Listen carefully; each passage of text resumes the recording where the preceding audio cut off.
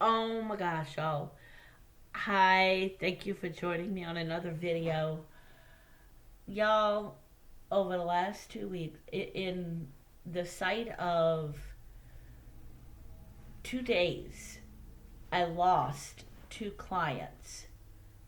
Then, the very next day, after I lost two clients, I gained two clients. And at this rate, I might be getting another one. Sadly, there's no shortage of HHS cases. I pray one day that there is and I'm out of a job. I would be so happy. But until then, I'm working. And in one of the new cases I gained was a young gal that is a domestic abuse survivor. And I was telling her my story, a little bit of it. So, for one thing, she'll understand she's not alone.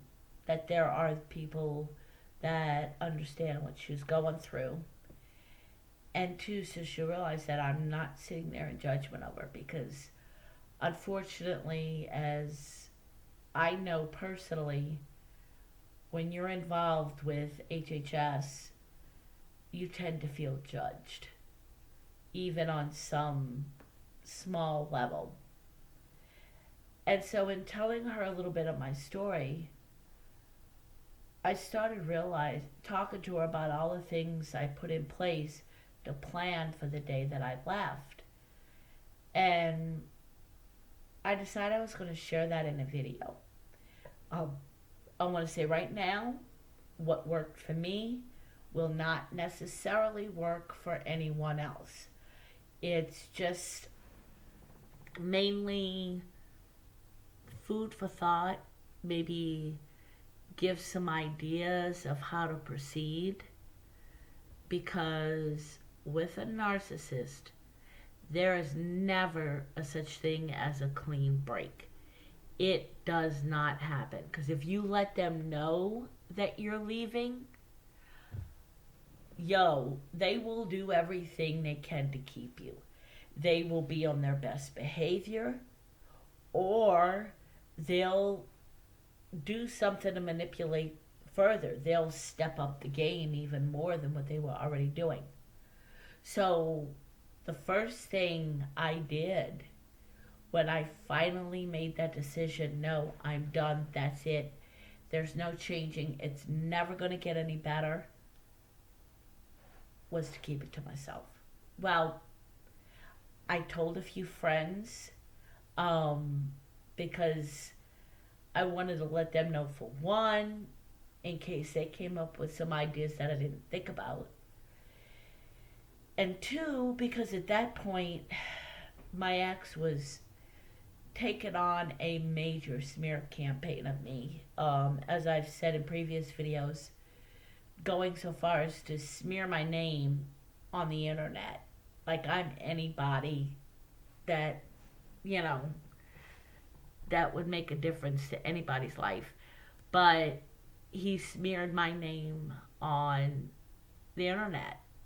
So I wanted to make sure, if God forbid something happened to me, they'd know that likely it was him. Or if something happened to him, because at that point I would not have put it past him to attempt to make it look like he committed suicide and say it was all my fault that I tried to talk him into it. Um, would not have surprised, because he came short of saying those exact words. So I started making a plan, and that's what the video is about tonight. Is what I did to prepare to leave. Um, as everyone who watches my videos knows, I have I left my ex on March 10th of 2020, right before all things COVID hit the fan. Um, and I didn't have a specific plan to leave on that specific day because what happened was I called the police on him because the night before, in a drunken rage, he was starting to get really bad. Well, what I did, I prepared several months in advance because, like I said, this happened in March of 2020. Back in early September of 2019 is when I started planning because in late August of 2019, August 28th, he picked me up from work, and he was talking out of his head. He was saying all kinds of stupid stuff that he was going to kill our kids just to get back at me because he knew that would be the one thing that would make me upset and make me hurt. Um, it's not that he necessarily wanted our kids dead, he just wanted me hurt. And in wanting me hurt, that was a big reward for him. He didn't care what the ultimate consequences were. He wasn't thinking things through. He was mental for sure. So we went to the grocery store to go pick up alcohol and coffee, I think, or something.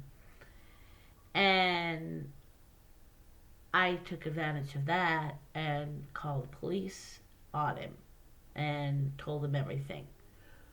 Well, I didn't know that somebody had already called the police on him because they thought he was having some sort of heart episode because he was having trouble breathing because it was his anxiety. And he was grabbing his heart. And what I think now is that he probably figured that either one, I would call the police on him because he knew my brain. Narcissists will do that. They will study their victim like 9 ways to Sunday.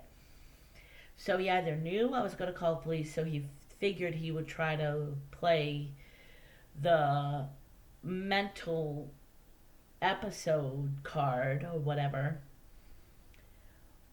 or two,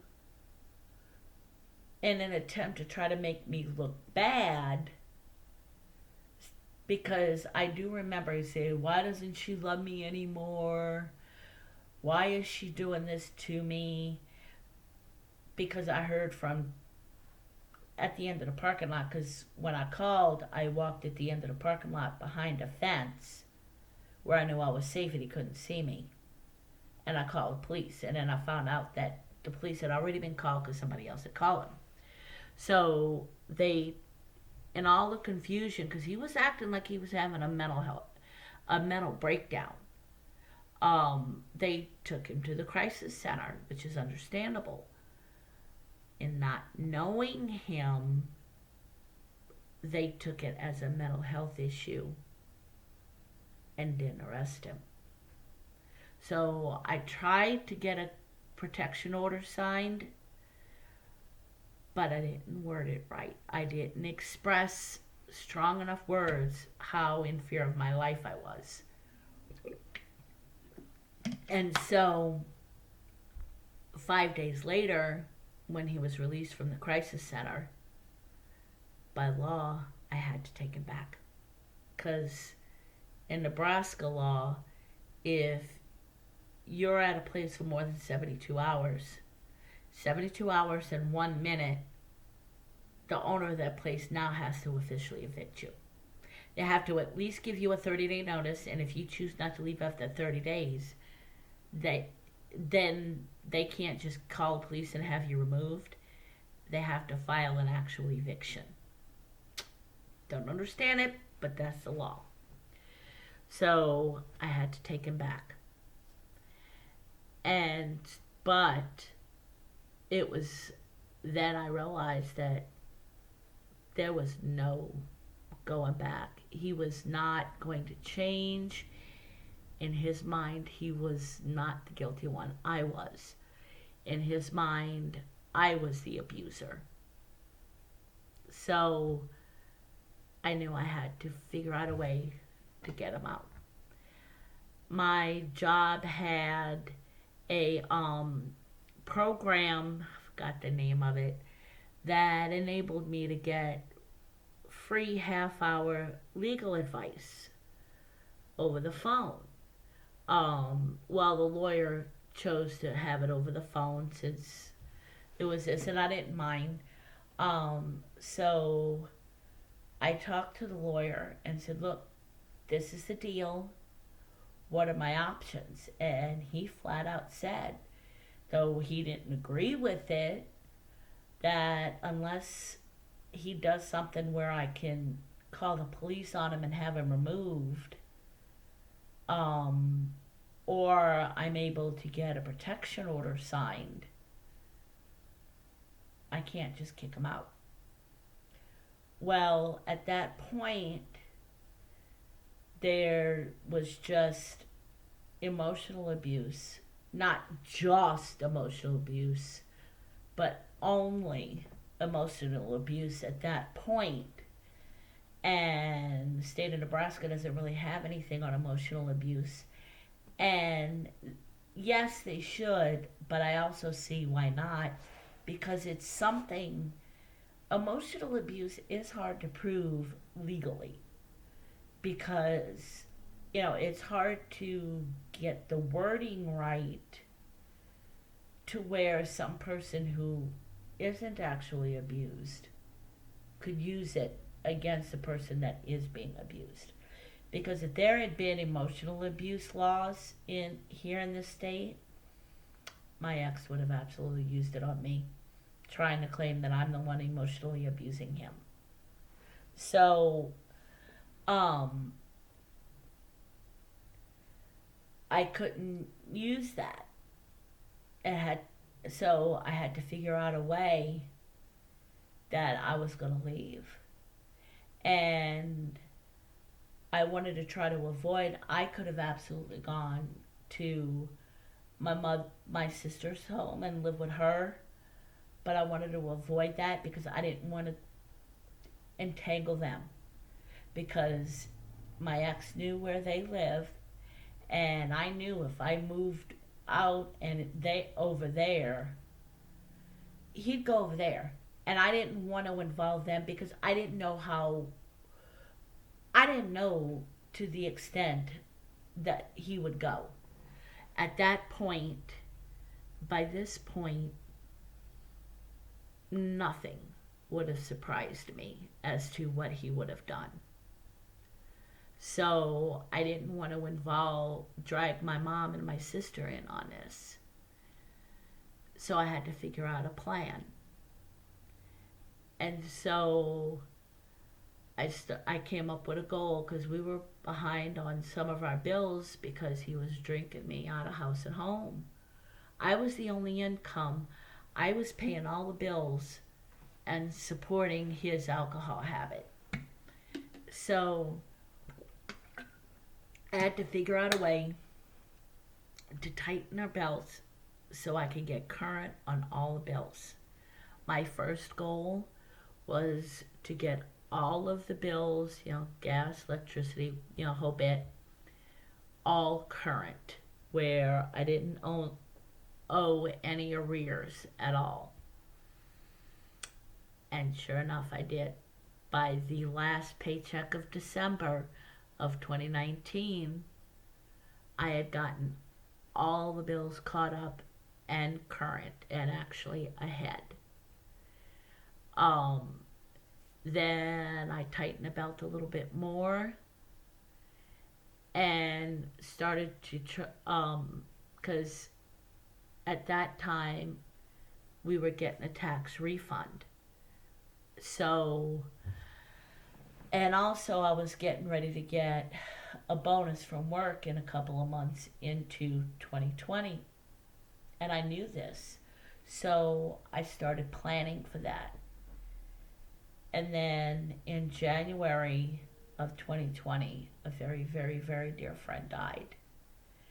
And at his funeral, the first week of February, was when I started stepping up. Because that night after the funeral, he went into a major drunken rage like I had not seen him before. And I'm trying to think, that's when he hit me. And for the first time in a long time, since 2007. And then that's when he also grabbed me and left bruises on my arm. I wanted to call the police the next day, but I couldn't because I had taken off the next day because of the funeral. I wanted to give myself time to grieve before I started back at work. Obviously not knowing that what would happen the night before. But I had made myself a promise that I wasn't going to allow it to happen again. I made the promise to myself and to God. And to God, you got to help me. So then I started stepping up on things. I had a small amount that was going to retirement, to a 401k plan through my job. I found a way that I could liquidate the cash value of it, which wasn't a whole lot in the grand scheme of things, but what I was able to liquidate would help out tremendously. So I could do, I found a way that I could, because I can't talk, y'all, I'm sorry.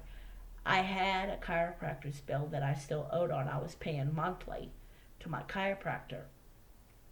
I was able to use that as a reason to liquidate the cash value of the retirement fund, of the 401k. So I did that.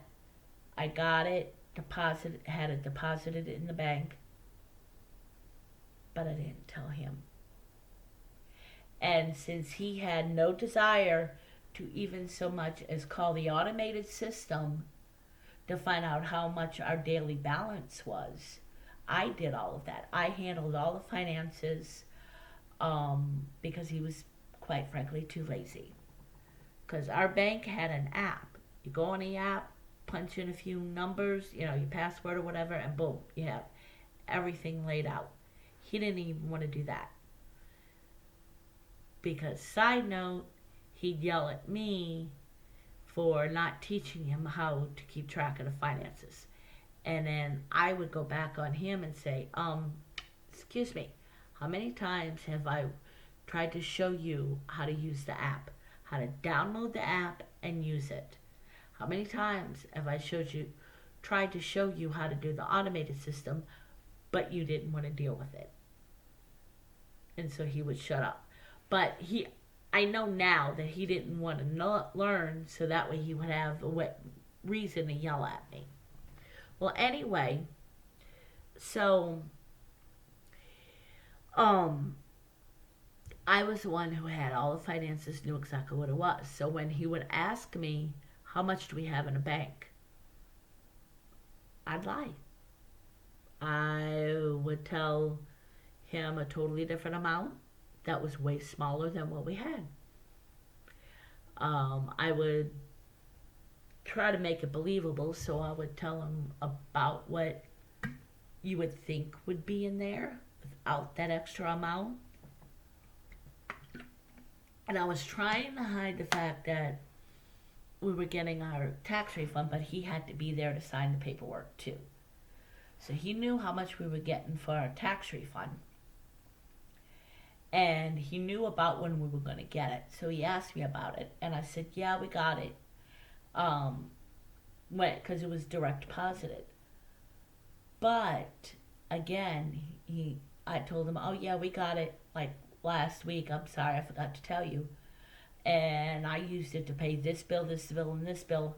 So we don't have a whole lot left. It was a lie because all of our bills had been caught up and current.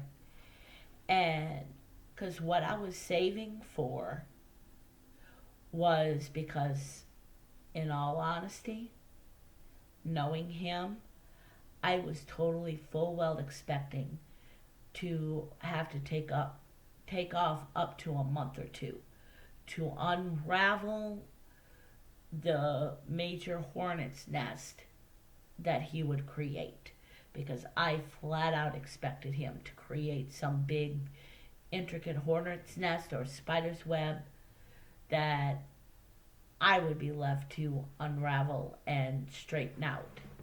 So I wanted to have enough money, set aside in case that happened. So I saved every penny I could. He still got his liquor, but I pulled out, I tightened the belt something fierce. He didn't realize exactly how tight I pulled the belt because he was still buying his liquor.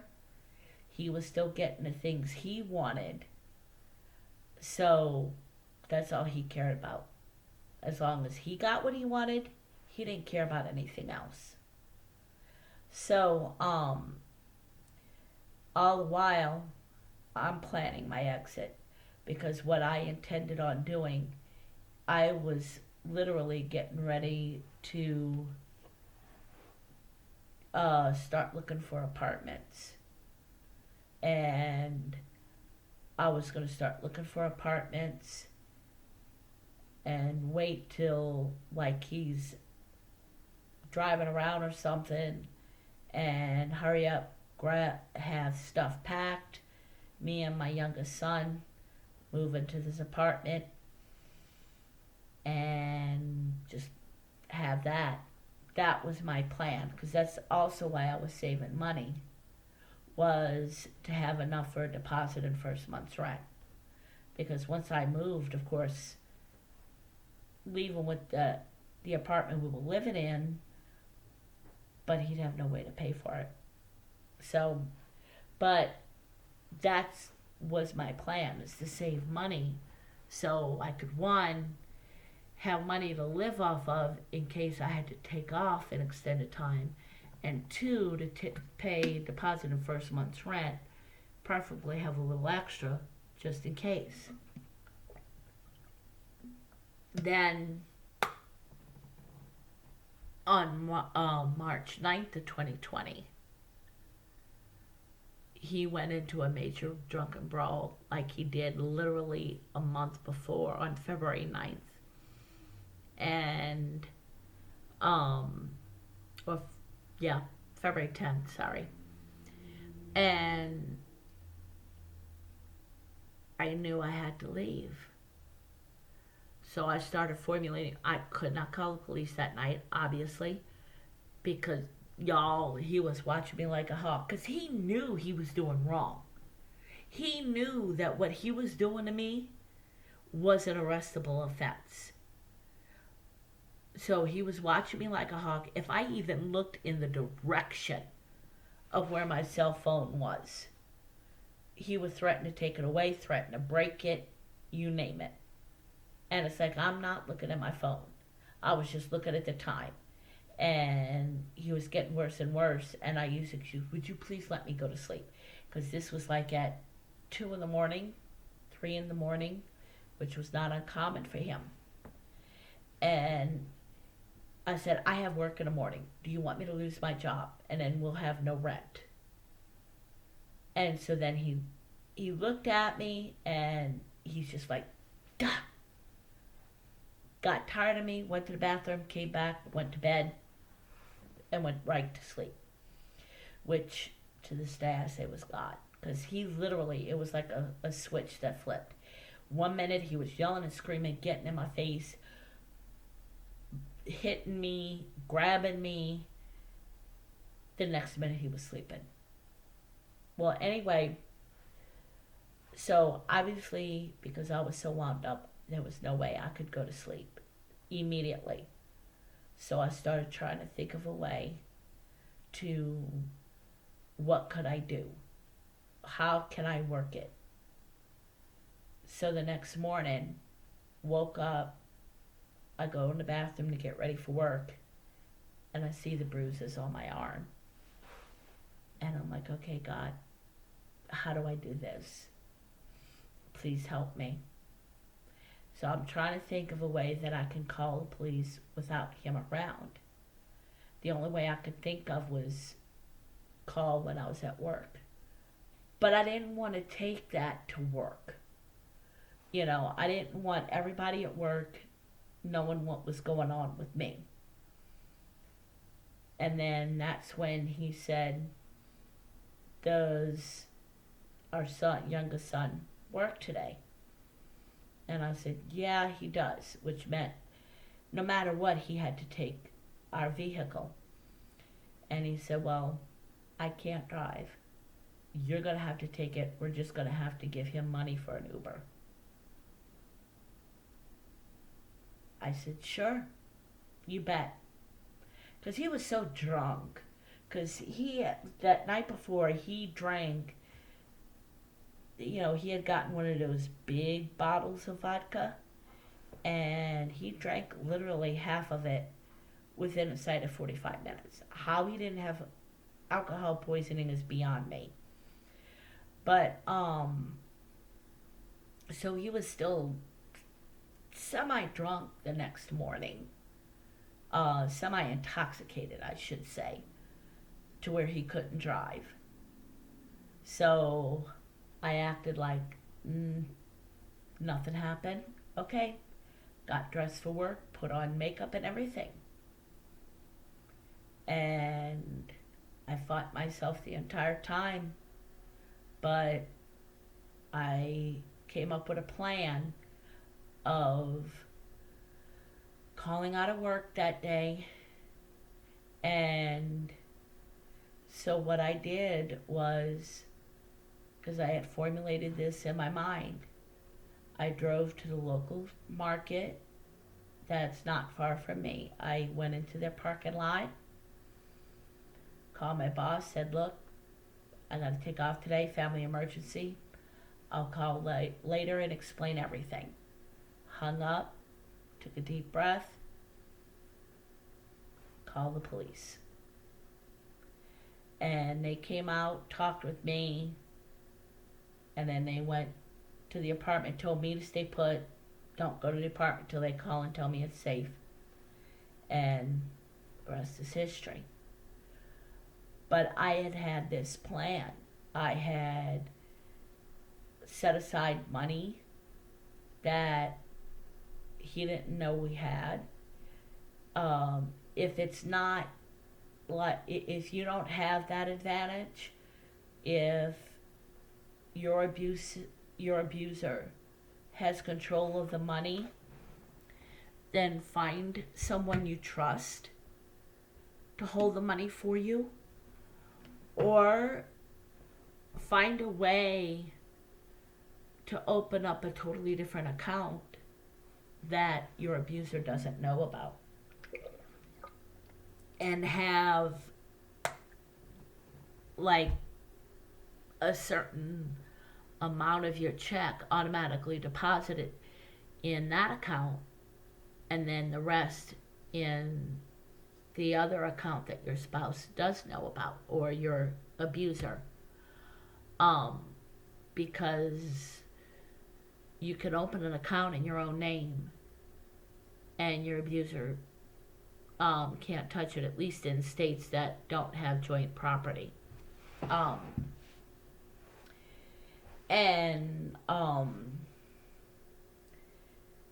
So you could start up a different account all on your own and secretly put money into it. You could, if you can't do that, you can have a friend hold the money for you, somebody that you trust, to hold the money for you and set it aside so you'll have that money.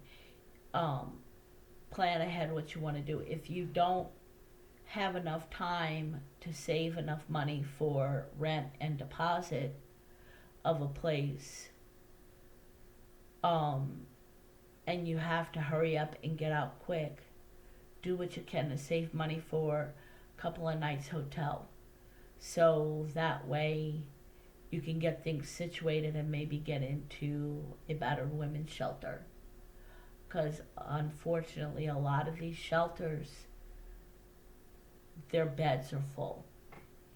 And so you may need to have to stay at a hotel for a couple of days or a couple of weeks until a bed is open. Um, or it depends on the shelter. They may be able to help finance a hotel. And then you go from there. But always, whatever you do, make sure you do your best to have money set aside, because the abuser will run you dry if they have the opportunity to. Because I know mine would. I was also smart on the day he was removed. I took his bank card out of his wallet because, of course, when they arrested him, he didn't take his wallet or anything with him.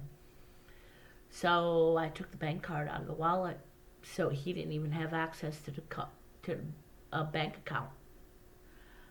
So he could, because it would have been like him to take that bank card and completely clean me out. And he could have, because the bank account was in both of our names. And at that point, I couldn't close the account since it was in both of our names. Not until the divorce was final. Once the divorce was final, then I could close the account out and open up a new one in my current name. But the best thing you can do when it's time to leave is plan. So that's what worked for me. I planned ahead, thought about my plan of action, what I was going to do next, and possible things he might do to counteract it. Whatever you do, I mean, if you have to leave quick, obviously you just sometimes, unfortunately, you have to leave with what's on your back and what you can fit into a purse or bag. That's what you have to do, then that's what you have to do. But whatever you do, do not ever tell the narcissist you're leaving. Let your abuser discover that you've left. Because if you tell them up front, they'll do everything they can to prevent you and make it even harder and put you in an even stronger cage. So I hope this helped. Y'all have a wonderful day, a wonderful week. Stay blessed.